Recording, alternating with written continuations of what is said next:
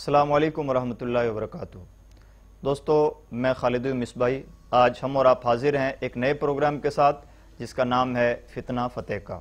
اس programme میں ہم زی news کے مادھیم سے کیے گئے پروگرام فتح کا فتویٰ کا جواب دیں گے، جس میں بدنام زمانہ رائٹر طارق فتح نے اسلام اور مسلمانوں پر کچھ اعتراضات کیے ہیں۔ عقل مند حضرات، پڑھے لکھے حضرات اچھی طرح سے جانتے ہیں کہ طارق فتح کے جو اعتراضات ہوا کرتے ہیں وہ جذباتی ہوا کرتے ہیں، لیکن ان اعتراضات کی بنیاد نہ عقل پر ہوا کرتی ہے نہ نقل پر ہوا کرتی ہے، یعنی ترکوں کے آدھار پر کم اور اپنے جذبات کی بنیاد پر، اپنے بھڑکاؤ نیچر کی بنیاد پر طارق فتح زیادہ باتیں کرتے ہیں۔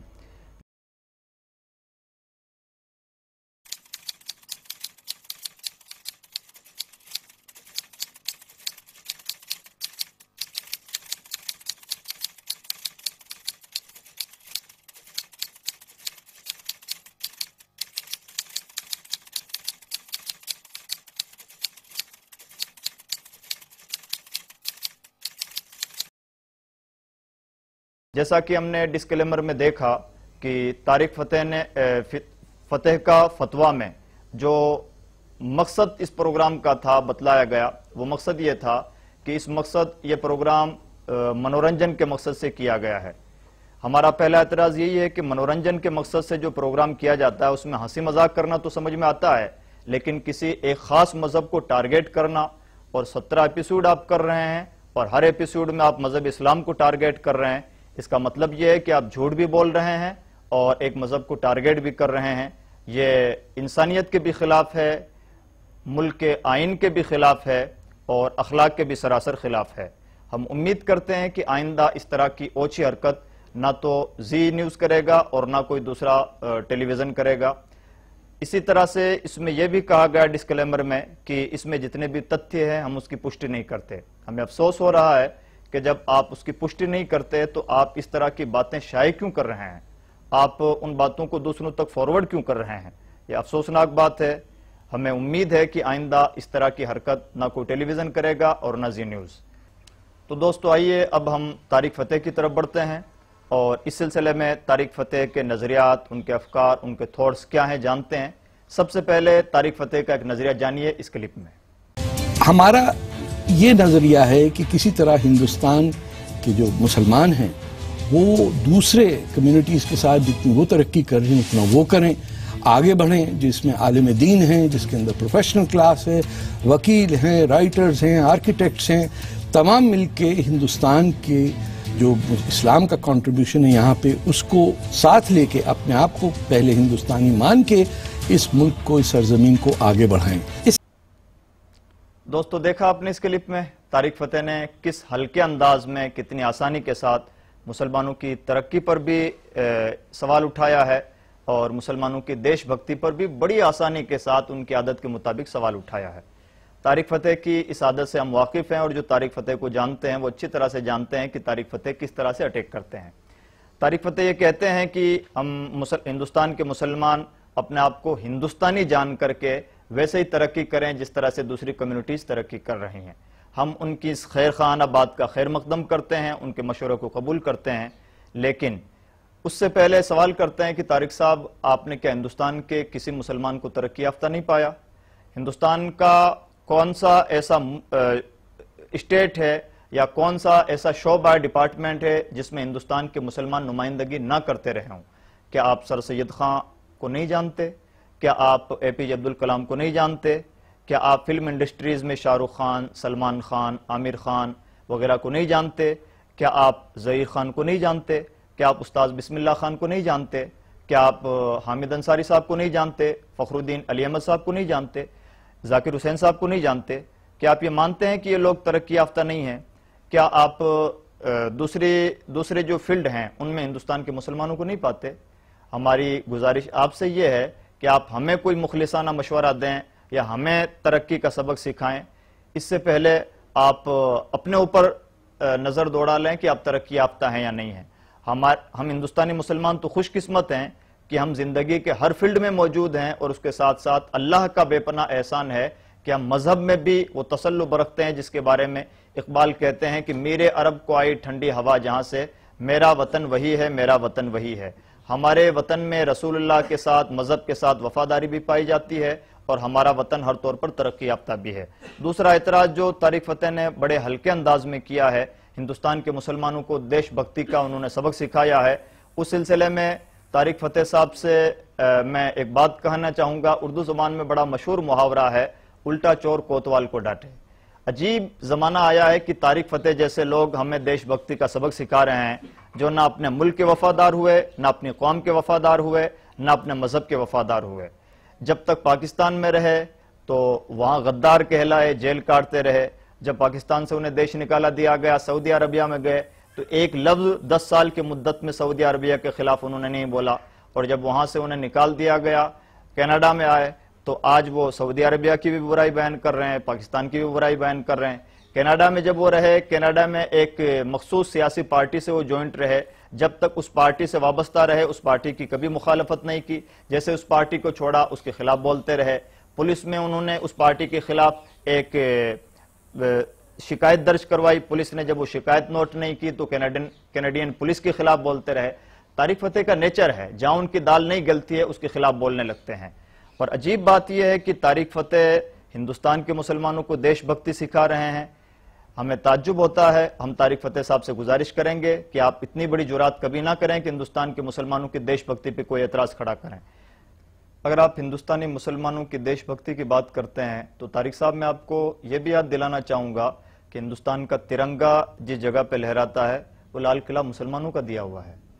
ہندوستان کا سر فخر سے اونچا جس عمارت کی بنیاد پر ہے، جسے تاج محل کہا جاتا ہے، جس نے ہندوستان کو دنیا کے 7 عجوبوں میں سے ایک عجوبہ دیا ہے، وہ ایک مسلمان کا بنایا ہوا تھا۔ اور اس سے بھی بڑی بات میں یہ کہنا چاہوں گا طارق فتح صاحب، سب سے بڑی چیز ہوتی ہے اپنی جان کا نذرانہ پیش کر دینا۔ 1857 کی تاریخ اٹھا کے دیکھیں، 1857 کی اٹھان ہو یا 1857 کا اختتام ہو یا 1857 کی سزائیں ہوں، یہ تمام کے تمام لوگ وہ ہیں جو مسلمان ہیں۔ دہلی سے الہ آباد تک آپ کو بہت کم درخت ایسے نظر آتے ہیں تاریخ میں جس پر کسی عالم دین کا لاشا نہ لٹکتا ہو۔ آج آپ علماء پر طنز کس رہے ہیں اور علماء کو دیش بھکتی کا سبق سکھا رہے ہیں، ہمیں آپ کی ذہنیت پر نہایت افسوس ہے۔ اسی سے ملتی جلتی ہوئی بات ایک میں یہ بھی کہنا چاہوں گا، حالانکہ مجھے لگتا ہے کہ آپ علامہ اقبال کو نہیں مانتے اور ان کو اپنے تانوں کا نشانہ بناتے ہیں، یہ آپ کی محرومی ہے۔ جس شاعر کو پوری دنیا انقلاب کا شاعر مانتا ہے، آپ جیسی ذہنیت اسے نہیں مانتی تو آپ کے مقدر کی بات ہے۔ آپ کو یاد ہونا چاہیے کہ ہندوستان کو قومی گیت کا تحفہ دینے والے علامہ اقبال ہیں، جو ایک مسلمان ہیں۔ آج بھی ہر وہ موقع جہاں پر دیش بھکتی کا اظہار کرنے کی بات آتی ہے، علامہ اقبال کا جب تک یہ ترانہ نہیں گنگنایا جاتا کہ سارے جہاں سے اچھا ہندوستان ہمارا، اس وقت تک ہمارا جشن مکمل نہیں ہوتا۔ طارق صاحب آپ کیا بات کرتے ہیں؟ جی طارق صاحب، ایک بات آپ کو اور یاد دلانا چاہوں گا کہ 1965 میں جب بھارت اور پاکستان کے درمیان میں لڑائی ہو رہی تھی تو آپ کے پرانے ملک پاکستان کے خلاف ہمارے ملک ہندوستان کے ویر عبدالحمید غازی پوری نے اتنے ٹینک توڑے تھے کہ آپ کی پاک فوج کے دانت کھٹے ہو گئے تھے۔ میں مانتا ہوں اور پوری دنیا یہ مانتی ہے کہ جو ڈیفینسیو کام ہوا کرتا ہے، آرمی کا جو کام ہوا کرتا ہے، وہ دیش بھکتی کی سب سے بڑی پہچان مانا جاتا ہے، اور اس سب سے بڑی پہچان کے لیے انڈین گورنمنٹ نے سمان کے طور پر، ان کی بہادری کے طور پر، اور انہوں نے جو اپنی جان نچھاور کر دی تھی اپنے ملک کے لیے، ان کو اپنی بے پناہ قربانیوں کے لیے پرمویر چکر جیسا اعزاز اور ایوارڈ دیا گیا تھا۔ کیا آپ اب بھی مانیں گے کہ ہندوستان کے مسلمان وفادار نہیں ہوتے یا ان میں دیش بھکتی نہیں پائی جاتی؟ شریعت کا قانون اللہ کا بنایا قانون نہیں ہے۔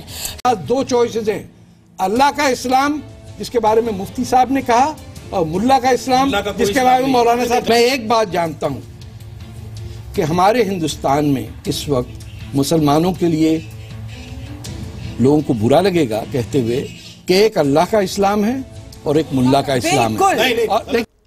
میں مانتا ہوں کہ یہ بھی طارق فتح صاحب کا ایک جھوٹ ہے کہ شریعت کا قانون اللہ کا بنایا ہوا قانون نہیں۔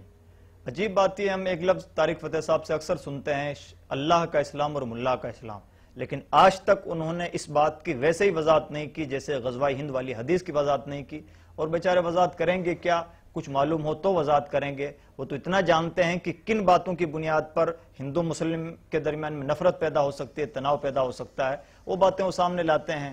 میں زی نیوز کو بھی اور طارق فتح صاحب کو بھی اوپن ڈیبیٹ کا چیلنج پیش کرتا ہوں. جہاں چاہیں اس بات پر بحث کر لیں, جس جگہ چاہیں بحث کر لیں, جس وقت چاہیں بحث کر لیں.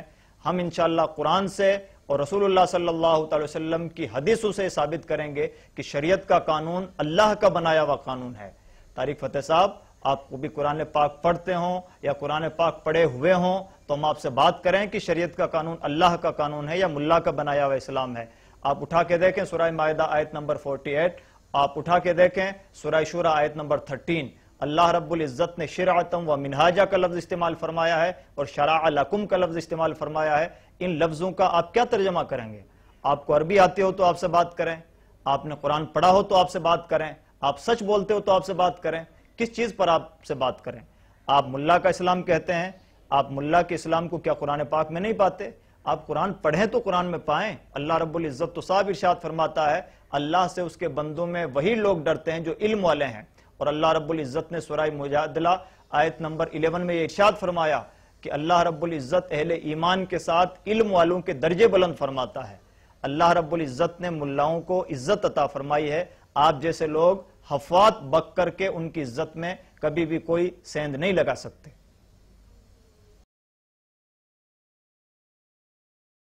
بھارتی مسلم مہیلا آندولن کے ایک سروے میں 90% سے زیادہ مسلم مہیلائیں پہلے ہی 3 طلاق پر روک لگانے کی بات کہہ چکی ہیں. جی دوستو, آپ نے دیکھا کہ کس طرح سے زی نیوز اپنی ذہنیت کا اظہار کر رہا ہے.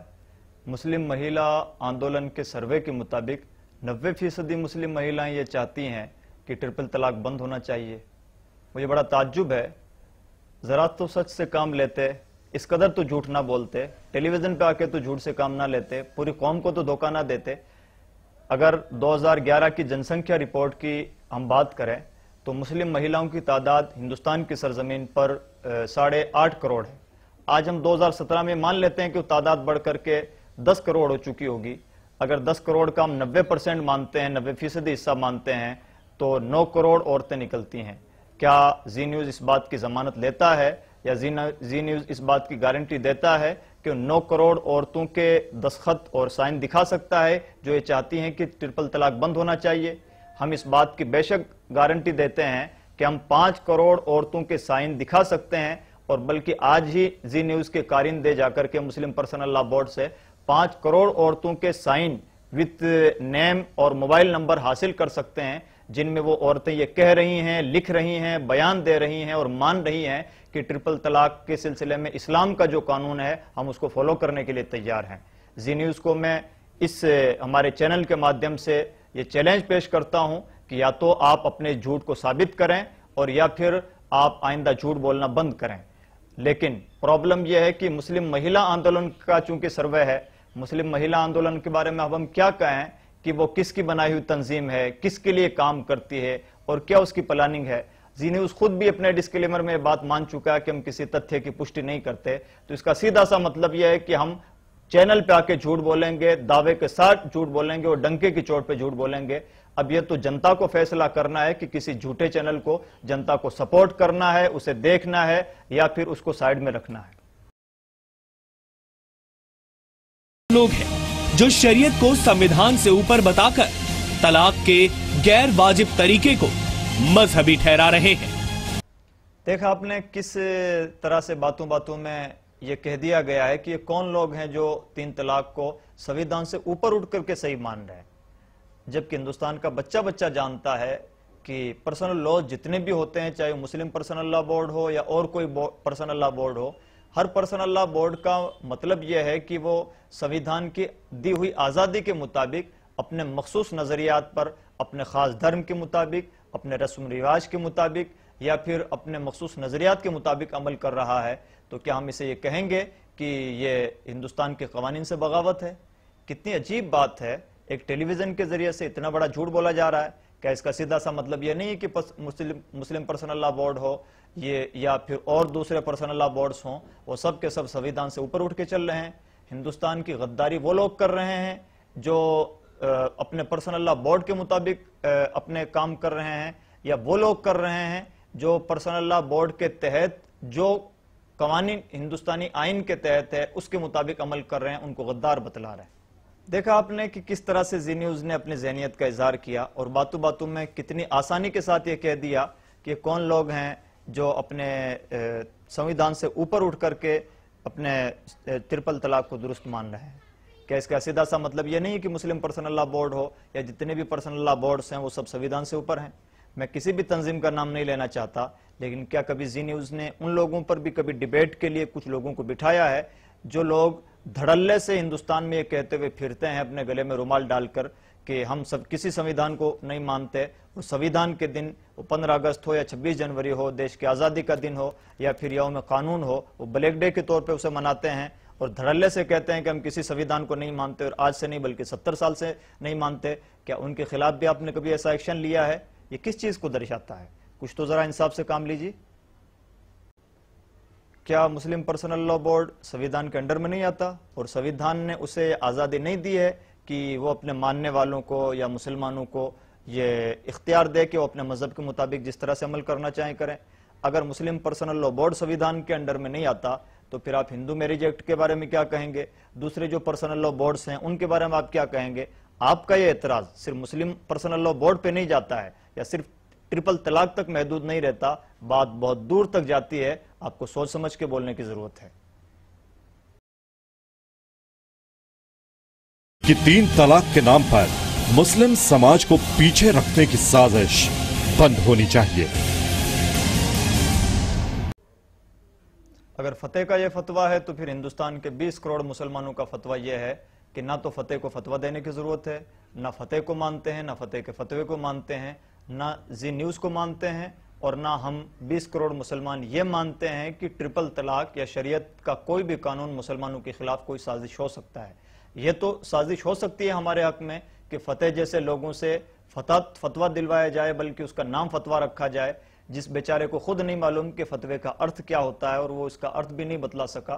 تو اور نہ ہم فتح کے کسی فتوے کو ماننے کے لیے تیار ہیں، بلکہ فتح صاحب سے ہماری گزارش یہ ہے کہ ہمارے خلاف کوئی سازش ہوتی ہو یا ہمیں کامیاب بنانے کی کوشش ہوتی ہو، آپ اپنے کینیڈا میں پڑے رہیں اور آپ کو جو کچھ کرنا ہے وہاں پر کریں. ہندوستان کے مسلمانوں کی آپ کو فکر کرنے کی قطعاً کوئی ضرورت نہیں ہے.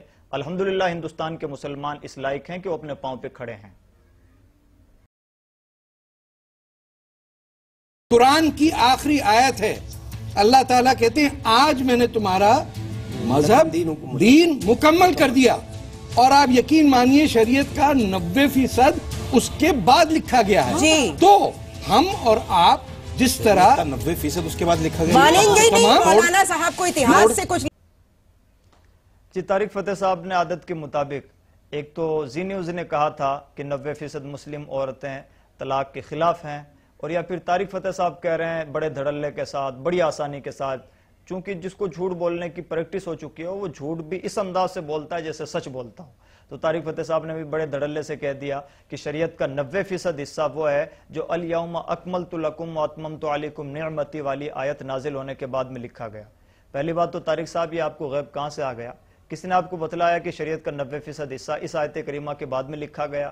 بے شک یہ قرآن پاک کی آخری آیت ہے، لیکن آپ ٹیلی ویژن پر اس آیت کی تلاوت کر کے دنیا میں دھونس نہیں جما سکتے کہ میں بہت بڑا علوم عربیہ کا ماہر ہوں اور جتنے بھی دنیا کے مسلمان ہیں سب کے سب جاہل جپٹ ہیں.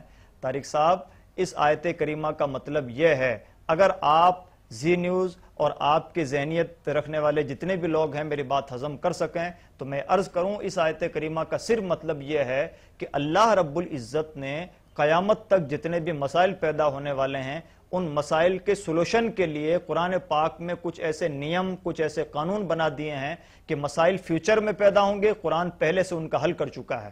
اور آپ یہ بات مانیں یا نہ مانیں، آپ جس ملک کے رہنے والے ہیں، کینیڈا کے بڑے مشہور ڈاکٹر جو دنیا کے ایمبریولوجسٹ کے سب سے بڑے ڈاکٹر مانے جاتے ہیں، ڈاکٹر پروفیسر کیتھ مورے، انہوں نے اپنی کتاب ڈیولپنگ ہیومن میں لکھا ہے اور اس بات کو ایکسیپٹ کیا ہے کہ آج ہم ٹیکنالوجی کا استعمال کرنے کے بعد، مشینوں کا استعمال کرنے کے بعد میں اس نتیجے پر پہنچے ہیں کہ قرآن پاک اللہ کی کتاب ہے اور محمد اللہ کے میسنجر ہے.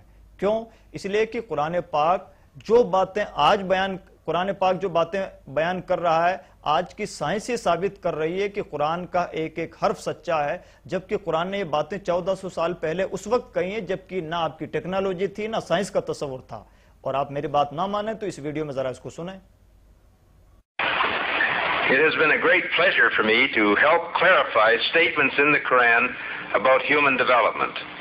It is clear to me that these statements must have come to Muhammad from God or Allah, because almost all of this knowledge was not discovered until many centuries later. This proves to me that Muhammad must have been a messenger of God or Allah.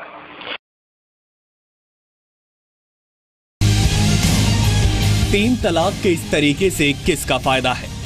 کم سے کم مسلم مہیلاؤں کا تو بالکل نہیں. جی ہاں، قبول ہے قبول ہے قبول ہے بول دینے سے نکاح تو ہو جاتا ہے، آئی لو یو بول دینے سے پریم تو ہو جاتا ہے، میں نے یہ چیز خرید لی ہے تو خریداری تو ہو جاتی ہے. عجیب سچویشن ہے. جی ہاں، جانے قبول ہے قبول ہے قبول ہے بول دینے سے کیا طلاق دینے کے لیے نکاح کرنے آئی لو یو بول دینے سے توڑنا پڑے گا، جاتا ہے راستے بنانے پڑیں گے، چیز خرید لی ہے لفظوں کا کھیل ہو جاتی ہے، لفظوں سے ہی پورا ہوتا ہے. عجیب سچویشن ہے. جانے کامن سینس بھی لوگوں کا کہاں کھو گیا ہے. کیا طلاق دینے کے لیے نکاح کرنے کے لیے کوئی پہاڑ توڑنا پڑے گا، دریاؤں میں راستے بنانے پڑیں گے؟ یہ صرف لفظوں کا کھیل ہے، لفظوں سے ہی پورا ہوتا ہے. کیا عقل مندی کی بات نہیں کہ جب دو میاں بیوی ساتھ رہنے کے لیے تیار نہیں، ذہنی طور پر، فکری طور پر اور کسی بھی طور پر ان میں نباہ کی صورت نہیں بن پا رہی، نہ سمجھانے کے بعد، نہ بستر الگ کرنے کے بعد، نہ ایگریمنٹ کرنے کے بعد، تو کیا زبردستی ان کی زندگی کو جہنم بنا کے زبردستی ان کو کھینچا جائے، گھسیٹا جائے، ایک دوسرے پر تھوپا جائے؟ یہ عقل مندی کی بات نہیں. عقل مندی کی بات اس موقع پر یہی ہے کہ ان کو نہ گھسیٹا جائے، کورٹ کچہری کے چکر وغیرہ میں ان کو ایک لمبی مدت تک نہ لپیٹا جائے، بلکہ علل فور جب وہ ساتھ نہیں چل پائیں گے آگے تو ان کا راستہ الگ کر دیا جائے. یہ تو سیدھی عقل مندی کی بات ہے. کامن سینس میں بھی یہ بات آتی ہے. اسی لیے اسلام نے طلاق کو مشروع قرار دیا ہے، یعنی طلاق دینے کی اجازت دی ہے. اسلام ایک دوسرے پر تھوپنا بھی نہیں چاہتا، زبردستی کسی چیز کو برداشت کرنے کا بھی حکم نہیں دیتا، اور زبردستی کسی کو گھسیٹ کے ساتھ لے کے چلنے کی بھی بات نہیں کہتا.